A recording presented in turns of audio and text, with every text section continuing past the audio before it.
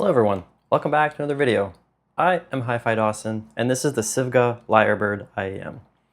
This is a quad driver hybrid IEM, one of the newest from SIVGA. It uses 4 different driver technologies, a 10mm dynamic driver, a balanced armature driver, a micro-planar driver, and a 9.2mm piezoelectric ceramic driver. Hope I said that right. And I'm going to tell you everything you need to know about this IEM in this video. So let's get into it.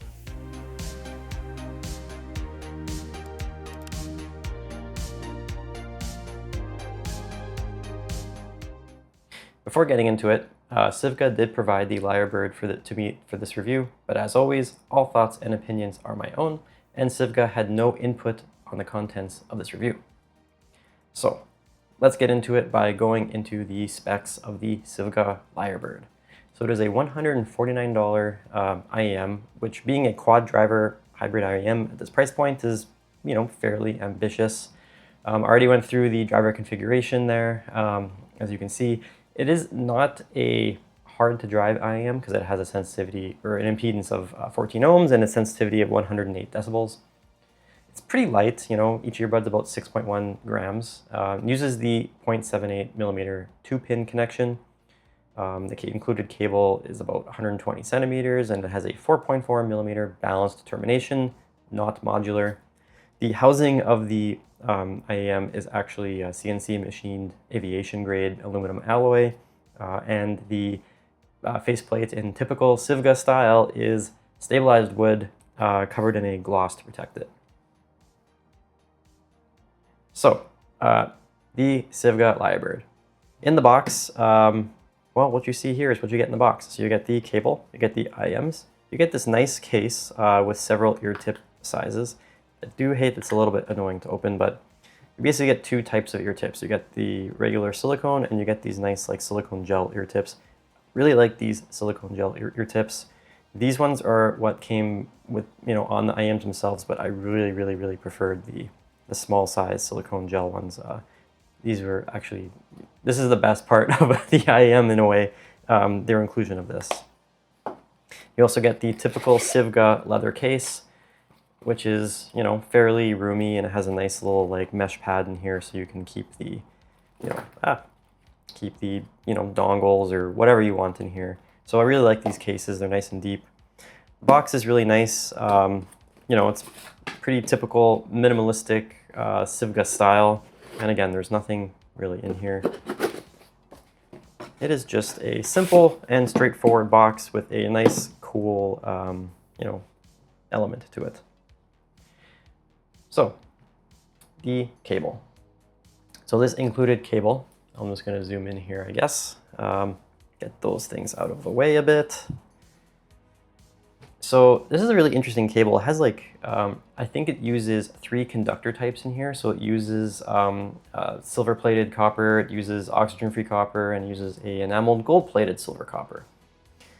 So it's pretty interesting, and all of those elements are wrapped in this sort of nice 2-core design plastic, and it feels nice. It's not too stiff. It's not too too loose. It has just the right amount of flexibility to it.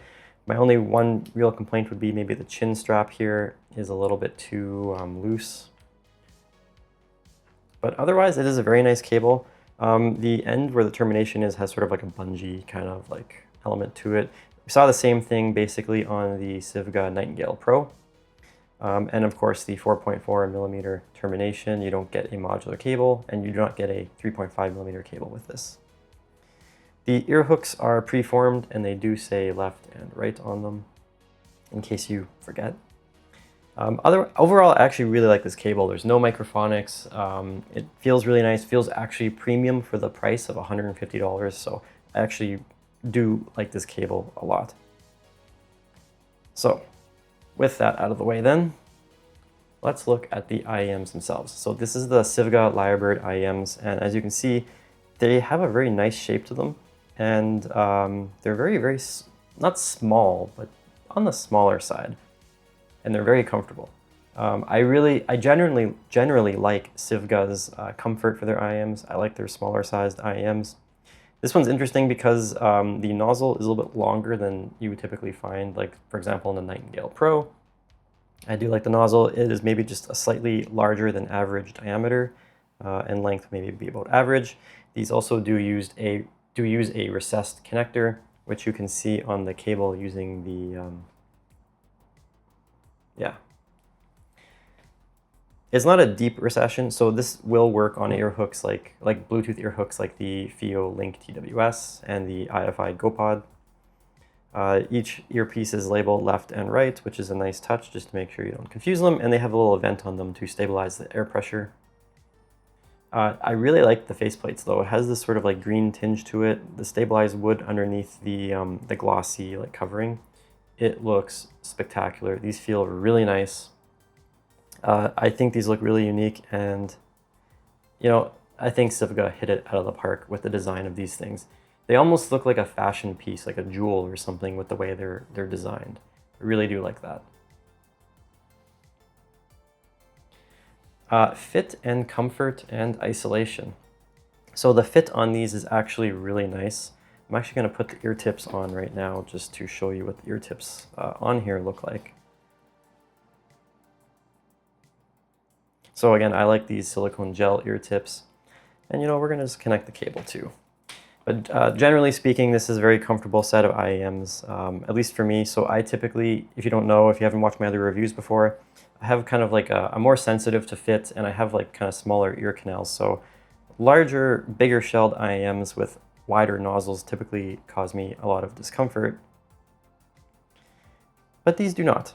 These are very comfortable. They have just the right amount of insertion depth for me. And with the vents here, so the vent on top and the vent in here, it means that when these are properly sealed in my ear, I don't have that occlusion effect where I'm like plugged up feeling and all that. You basically have, you can breathe, you know.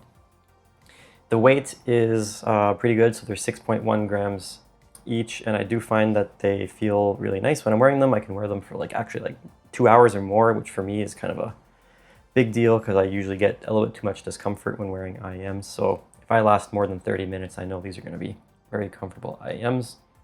The aluminum construction feels nice. Of course, if it's cold, you will feel that they are cold. They're very secure when you have a proper seal. It is actually one of the reasons why I really like the silicone gel ear tips, because they do stabilize it a bit more when it's in the ear and just adds to the seal and gives you a little bit more secure feeling. Passive isolation is pretty good, not the most noise blocking, but I would say pretty decent. And again, because of the vents here, there's no pressure buildup. So overall, really good. These ear hooks on the cable are really nice as well, so they don't interfere with my glasses because I wear glasses. Overall, really good, you know, package here for that. Basically, the whole included package and the design and the feeling of these IEMs, they feel like they are $150 IEMs. So that is a good thing. You feel like you're getting what you pay for. I'm just going to throw up my sources used image here because I'm going to talk about source pairing and drivability. So on all the devices that I'm showing you on the screen there, these IEMs worked 100% perfectly on all of them, which is great to hear, because you have to keep in mind you will need a 4.4 millimeter balanced output on your device in order to use these IEMs. And of course, everything that I tried there in my sources list, there is a 4.4 millimeter balanced output on all of them, and I did not have any problems using it even on something like the HiTiz AP80 Pro Max on low gain, which is a sort of lower power DAW. These do not demand a lot of power. So volume, also don't need a ton of volume on these. You know, I was not needing to crank up the volume on any of these devices. So even something like this Surfans F20 Pro really wasn't needing to use a lot of volume on here. So that is always nice to see. Yeah, I'm just gonna, there we go. Have something on there. So it's really, really, really good. Same with the, so this is a Sony WM1 AM2, and it doesn't have a lot of output power on the balanced output. Despite being a very expensive digital audio player, but again, didn't have any problem with volume. And I did not really notice that this scale, like it scales well in the sense that, like, you know, it sounds good on really expensive sources, but I did not find that you need something very expensive or high-end in order to get a good sound with it. Sound quality. So I'm going to throw up the frequency response graph here that I took with it, and it has pretty good channel matching, as you can see. This is just a quick and dirty frequency response graph, so do not take this as the word of God or anything like that. It does match pretty closely to what SIVGA provides on their own website for how the frequency response should look. Overall, it is slightly warm, it's spacious, and very mildly W-shaped sound signature. The bass, while not looking like it, is punchy, but it is more in the mid-bass. It has a very reserved sub-bass. It does sound natural and, you know, slightly warm in the mid-range, but the mid-range is very clear and expressive. The treble, as you can see, kind of peaks up there, especially around like 4 kilohertz. Despite that, the treble is very smooth and it is very clear and it's somewhat relaxed. The IAMs themselves have very good imaging and separation performance, and the overall presentation is very engaging, but on the more relaxed side. So it's energetic enough to keep, you know, to avoid sounding very boring or dull, but it's pretty smooth and it sounds organic. I guess you might be expecting more because it's using 4 different drivers to do this. But really, it is a very sort of laid back and relaxed IEM. So going into the actual details of this thing, the bass. So the bass on the SIVGA Lyrebird, it's primarily mid-bass focused rather than sub-bass focused. The mid-bass is punchy and forward and fairly quick, actually, thanks to that dynamic driver. That is the 10mm dynamic driver, which is being used for the bass. Has good impact for, you know, kick drums, and it has a convincing body for like bass guitars, which I really like. If you listen to a lot of like Dire Straits or, you know, classic rock like that, I really like my bass guitar, so really happy with how it performs with this. It's overall generally clean, controlled, and it's not loose or even bloated at all. How can it be bloated? It's not even boosted, right? There's enough warmth to give, you know, the overall bass presentation some richness, but that lack of sub-bass is a little bit noticeable. So sub-bass is present, but it's very restrained. There's limited rumble, and it's less impressive than, well, the mid-bass would be. Bass texture is fine. Low frequency detail is fine. Not amazing, just fine. It's good. The bass works well with, you know, acoustic bass and kick drums and rhythmic bass guitar lines, but it's less suitable for if you want that visceral, like, oomph, and if you also really want that sub-bass extension. So it does fall off quickly, which is why getting a good seal is important to help keep the bass performance. If you don't have a good seal, you're going to really have a bad experience with the bass, because it's already reserved, but any breakage of the seal, it's going to be an even more reserved bass presence. The mid-range. The mid-range uses a balanced-armature driver, and it's, you know, focusing mostly on vocals, as we saw in the graph. I like the mid-range, actually. It's maybe one of the most important and one of the most interesting areas of the, you know, the Lyrebird's tuning, at least to me. At least the music I listen to, which is going to be in the description below. The mid-range sounds very natural. Like I said, it's slightly warm in the overall tonality, but has very clear and well-separated vocals. So especially if you have multiple, you know, people singing at the same time, they're all very clearly separated, and you can pick them out and hear them, and it sounds very harmonic. There's good instrumental organization and good definition there too, so you can really pick things out. It's particularly convincing timbre with, you know, brass instruments and acoustic strings, and I actually did like the double brass too, so you know, if you listen to a lot of jazz, you know, especially like Dave Brubeck and stuff like that, it really has an organic reproduction of jazz instruments, which I did really appreciate. The strong clarity, it has a lot of strong clarity without really relying on like a very aggressive like upper mid-range boost, which I appreciate, so it doesn't get too shouty, it doesn't get too sibilant or sharp. It still is slightly relaxed fundamentally, you know, but is a center sort of mid-range presence. I did notice, like, if I'm going to criticize the vocals a little bit, some vocals did sound a little bit thin, especially if you're used to more like deeper singers. It's going to sound a little bit more reserved, and you're not going to get that, like, from the chest. If they sing from the chest, you're not going to get that grumble. That's usually where the bass performance comes and lifts that up a bit, but because this has a reserved bass, you're not going to get that with those type of vocalists. Although the vocals themselves are very clear and defined. Transients are kind of on the more mellow side rather than being too sharp. I would say overall, this is a very surprisingly cohesive mid-range, despite the very strange, difference between the bass and the treble. So I actually do like this mid-range a lot. I'm a mid-centric kind of listener, so this is right up my alley, to be honest with you. The treble. So interestingly, the treble uses the remaining two drivers to, well, arrange the treble. So you have the micro-planar driver and the piezoelectric ceramic driver. The treble is generally smooth and it is non-fatiguing, despite that lift up as we saw in the graph. It is crisp enough to give like cymbals and guitar harmonics a little bit of sparkle. And it has good overall control over sibilance. It is not a sibilant set. It doesn't sound sharp. It's very mellow and relaxed in this regard. So if you're sensitive to treble, you will feel relatively safe here. Maybe in the odd, very bright track, it might sound slightly excessive, but overall speaking, this is not a very sharp or sibilant IEM. There is a lot of fine detail present. It doesn't sound like it's going to be it's artificially sharpened in any way. I would say it's more polished and restrained than overly bright. There is a clear, to me, the treble is very clear and articulate, which is interesting because it sounds like it's very intentionally tuned this way. So it really prioritizes a smoothness and coherence over getting, maximum brilliance or any sort of upper air, upper treble air and extension, So if you are really looking for that extension, you're not going to find it on here, although there is really enough detail there to make it, still sound good. The technical performance.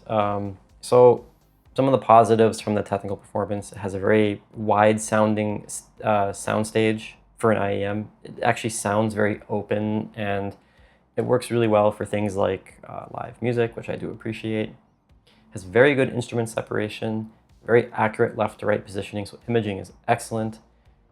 Even the instrument layering, it's very, very clearly defined, even in very busy tracks. Really, you have a good sense of just openness and overall scale and depth to this. And I think that just goes into how coherent the driver combination is. It's actually very interesting because while you wouldn't think it, this is a very good IEM for gaming if you want very clearly defined directional cues. Some of the limitations, though, with the technical side of the SIVGA Lyrebird is that note attacks and transients are on the softer side. Dynamics are also more smooth and controlled rather than a big explosive dynamic range. Dense or maybe like aggressive music, like metal or hard rock, that kind of thing, they may lack sufficient edginess or sufficient bite. You may not get that that you're looking for. The upper treble extension obviously may not be, doesn't necessarily match the spacious imaging. So when you have, a lot of space and really good imaging, you're also missing the treble extension there to give you the detail and performance of that. It does sound a little bit lacking in that regard. But again, this is not trying to be an ultra detailed set. And I guess lastly, the vocal density can occasionally sound a little thin. So this is usually when you have a lot of, multiple singers and they're sounding a little bit, they're supposed to sound a little bit deeper. It does sound a little bit thin overall, even though you can clearly pick them out. So the Lyrebird is technically spacious rather than aggressively analytical. It, separates information really well, but it doesn't overemphasize on every sort of micro detail.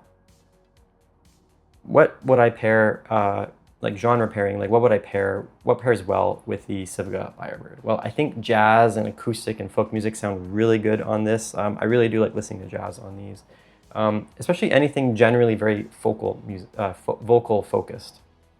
Rock music overall does sound very good to me on these. Same with classical music or orchestral music, orchestral scores. They sound really, really, really good.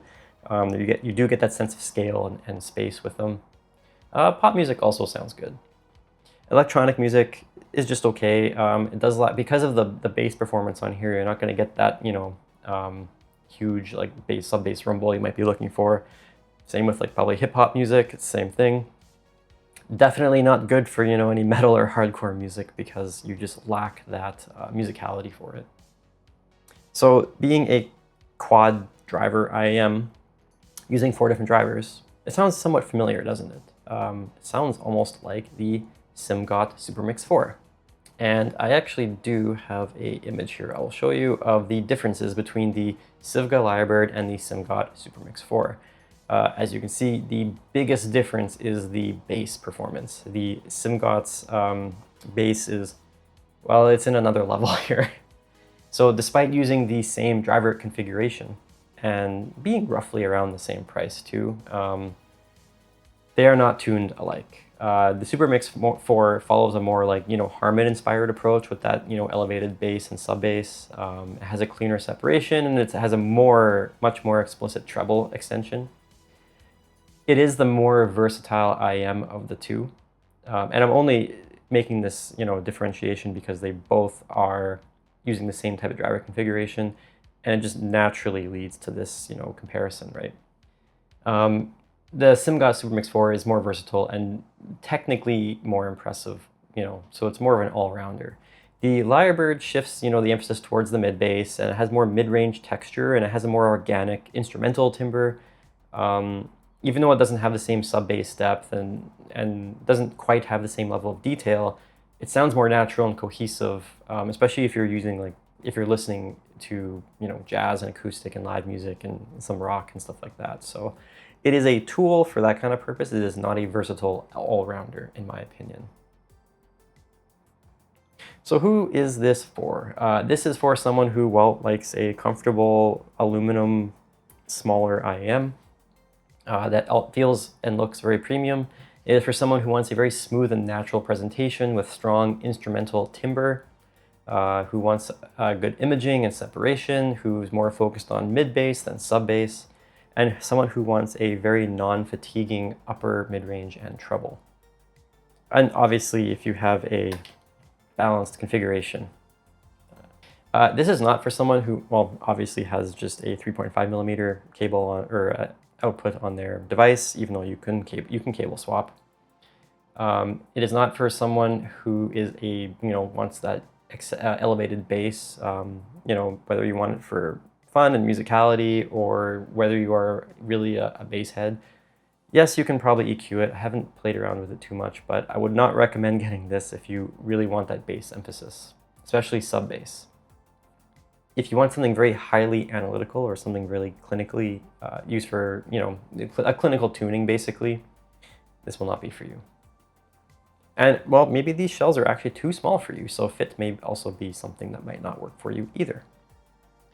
My final thoughts and recommendation. Well, I think the Lyrebird combines the 4 different drivers relatively well. It's very cohesive, and I think the price is fairly accessible for what it is. This is not a versatile all-rounder. This is more of a intentional tool you use to listen to specific music, as I have mentioned. The most important result is not the driver count, though. It's really just how they all naturally work together, and I think they did a good job making it that way. So overall, just to sum up my thoughts, and about this, the Lyrebird sounds slightly warm and spacious. It has, like I said, has a mild W-shaped sound signature, punchy mid-bass, and natural and articulate mid-range and very smooth treble. Its strongest qualities are the whole driver coherence, instrument separation, and imaging, and its limitations are sub-bass depth and the lack of any sort of aggressive treble extension, which leads to more detail. It works really well with jazz and acoustic recordings, and country music I would include in that too. So classic rock, modern rock too, and live music. But it is not for bass heads. It's not for treble heads. And if you have a lot of very aggressive, angry music like metal or anything like that, it's not going to sound good on here.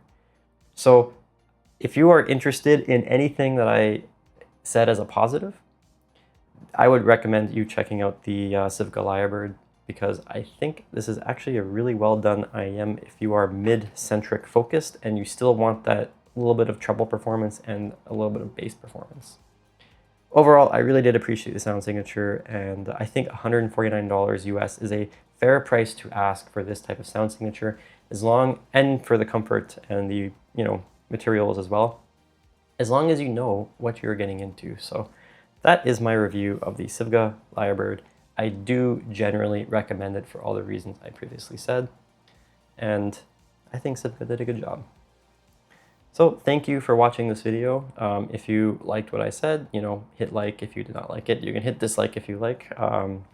If you want to see more videos, subscribe to my channel, and I will see you guys in the next one.